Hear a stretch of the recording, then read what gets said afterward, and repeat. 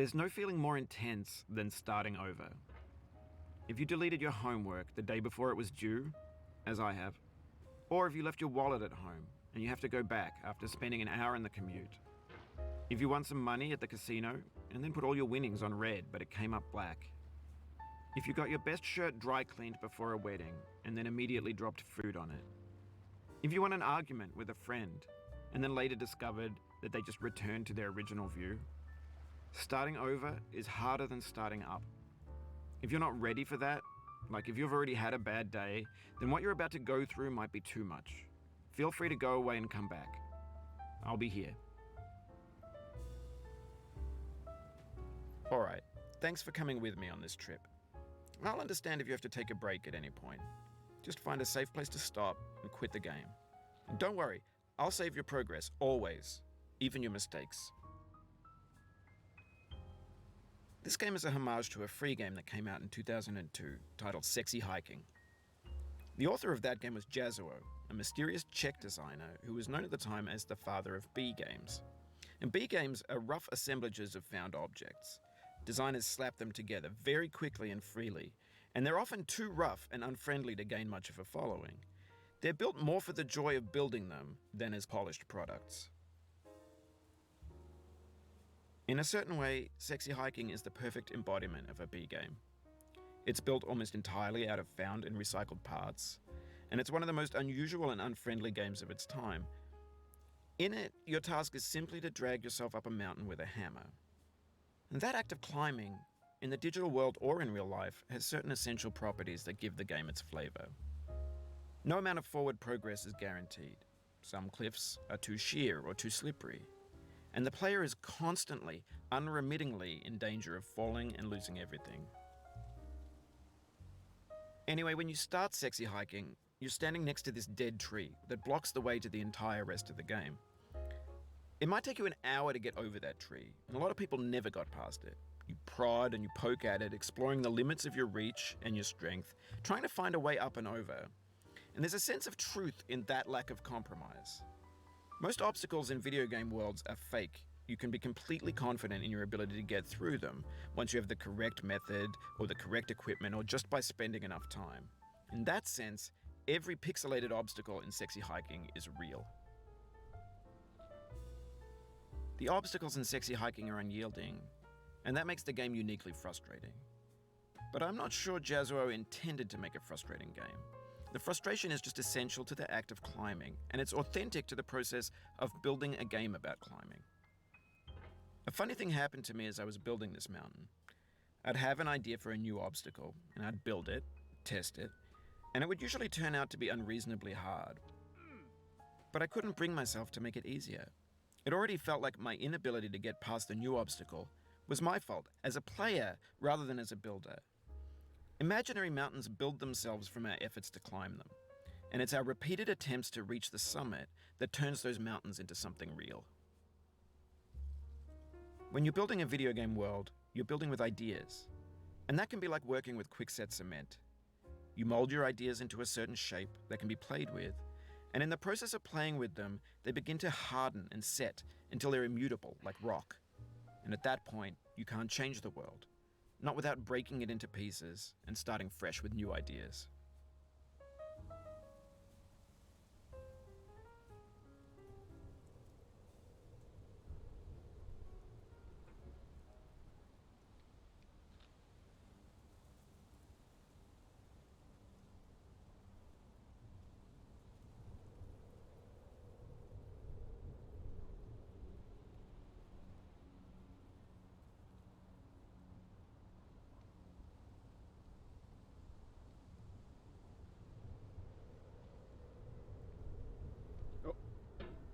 For years now, people have been predicting that games would soon be made out of prefabricated objects, bought in a store and assembled into a world. And for the most part, that hasn't happened, because the objects in the stores are trash. I don't mean they look bad or that they're badly made, although a lot of them are. I mean they're trash in the way that food becomes trash as soon as you put it in the sink. Things are made to be consumed and used in a certain context, and once the moment is gone, they transform into garbage. In the context of technology, those moments pass by in seconds. Over time, we've poured more and more refuse into this vast digital landfill that we call the internet. It now vastly outnumbers and outweighs the things that are fresh and untainted and unused. When everything around us is cultural trash, trash becomes the new medium, the lingua franca of the digital age. And you can build culture out of trash, but only trash culture. B games, B movies, B music, B philosophy. Maybe this is what digital culture is. A monstrous mountain of trash, the ash heap of creativity's fountain. A landfill with everything we ever thought of in it. Grand, infinite, and unsorted.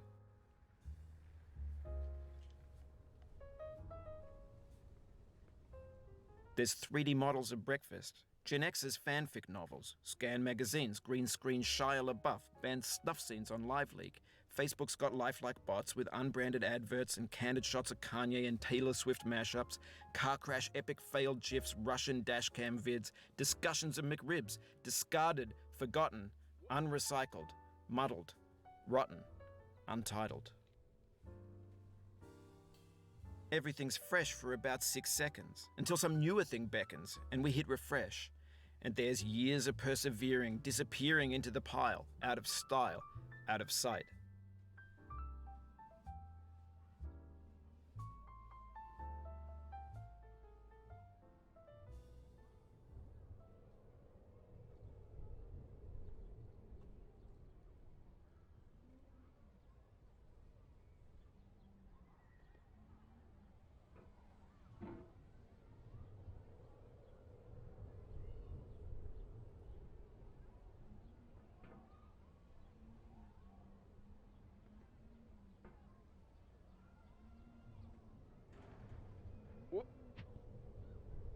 In this context, it's tempting to make friendly content that's gentle, that lets you churn through it but not earn it.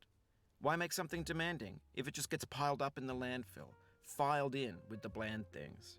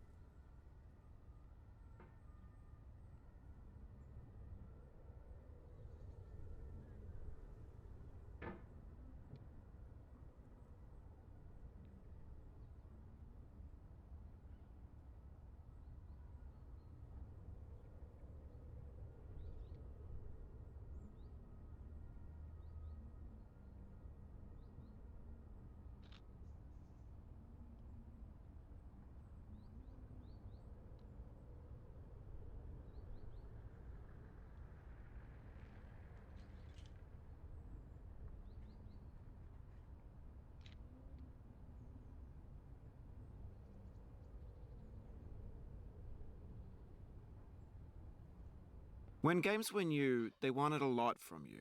Daunting you, taunting you, resetting and delaying you. Players played stoically. Now everyone's turned off by that. They want to burn through it quickly, a quick fix for the fickle, some tricks for the clicks of the feckless. But that's not you, you're an acrobat. You could swallow a baseball bat. Now I know, most likely you're watching this on YouTube or Twitch, while some dude with 10 million views does it for you. Like a baby bird being fed chewed up food. That's culture too.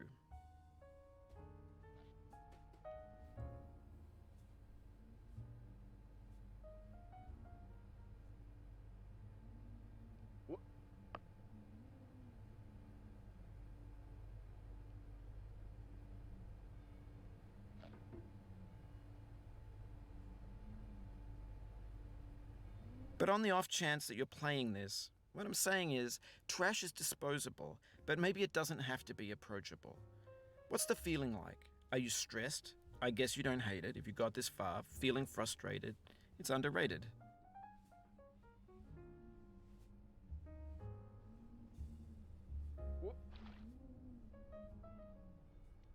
An orange is sweet, juicy fruit locked inside a bitter peel. That's not how I feel about a challenge. I only want the bitterness. It's coffee, it's grapefruit, it's licorice.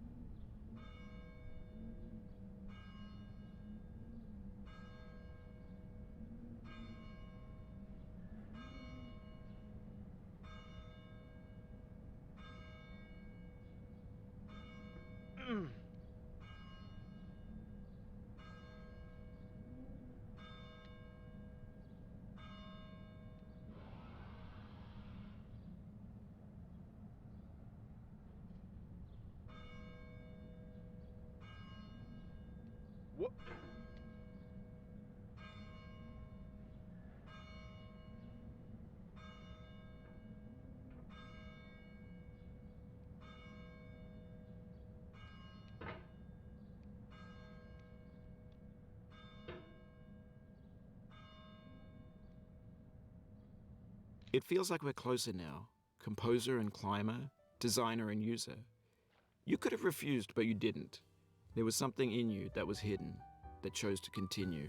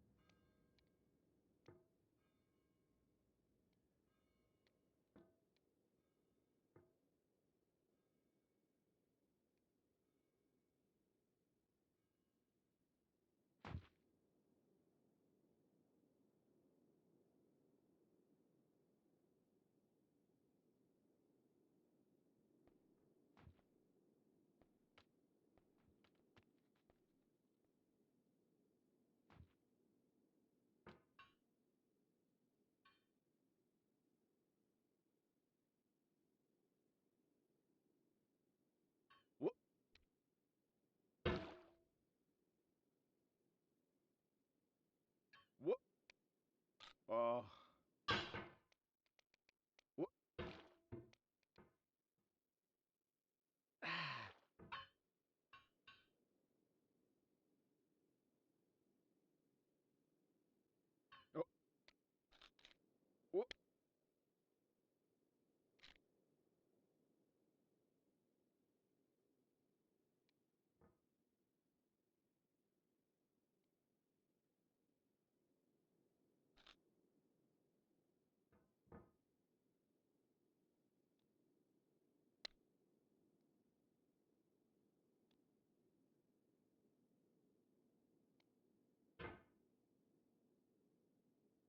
It means a lot to me that you've come this far, endured this much.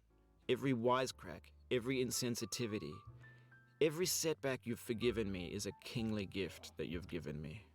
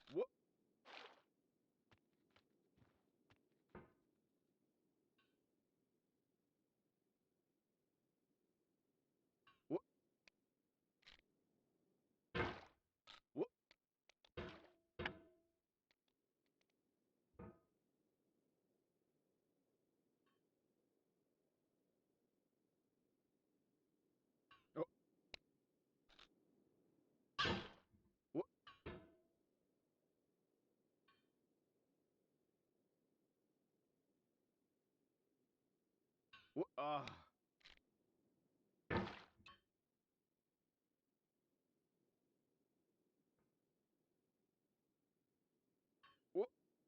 Mm.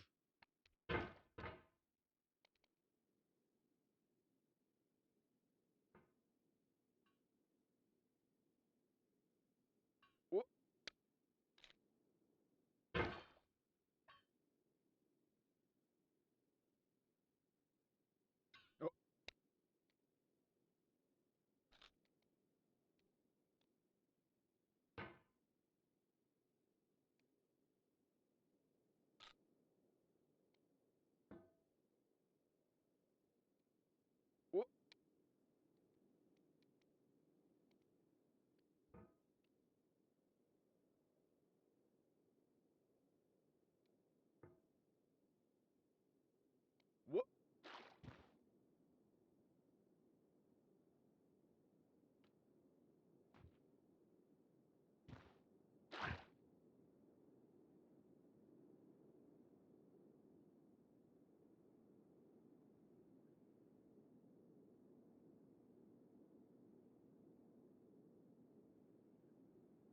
No.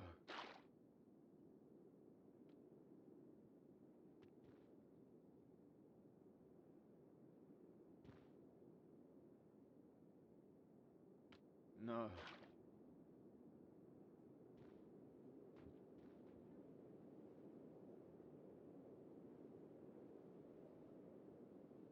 Ah.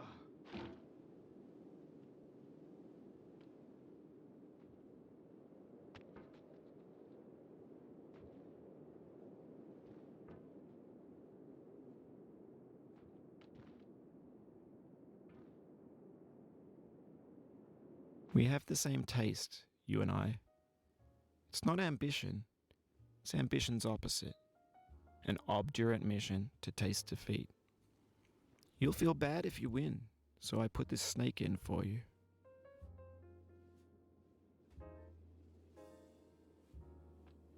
Oh.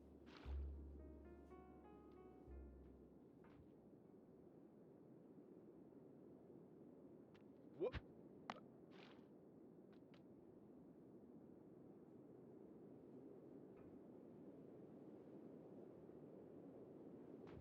What?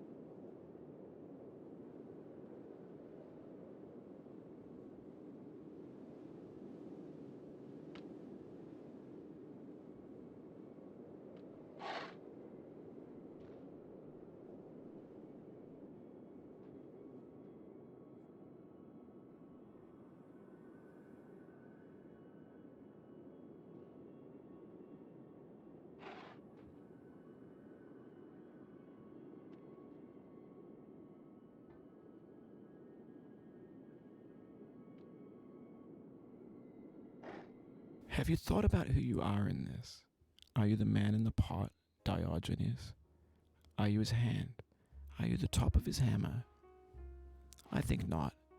Where your hand moves, the hammer may not follow, nor the man, nor the man's hand. In this you're his will, his intent, the embodied resolve in his uphill ascent.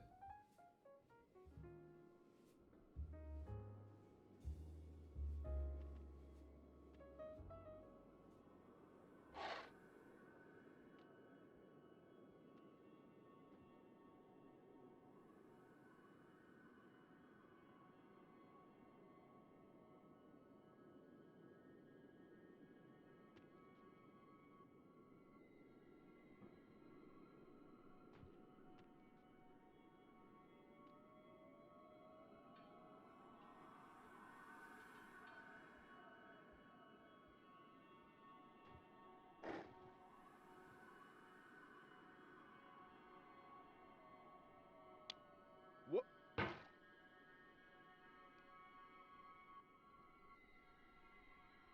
Now, you've conquered the ice cliff, the platforms, the church and the rectory, the living room and the factory, the playground, the construction site, the granite rocks and the lakeside.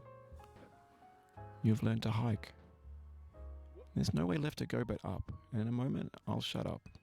But let me say, I'm glad you came.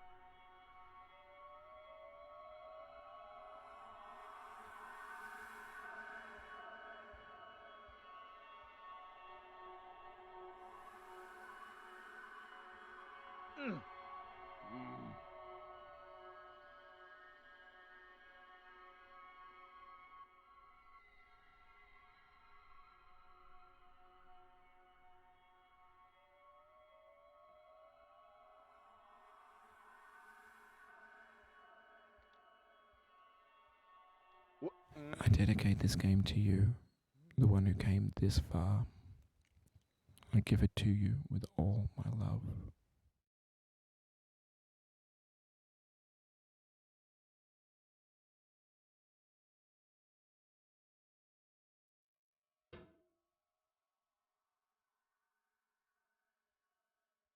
What?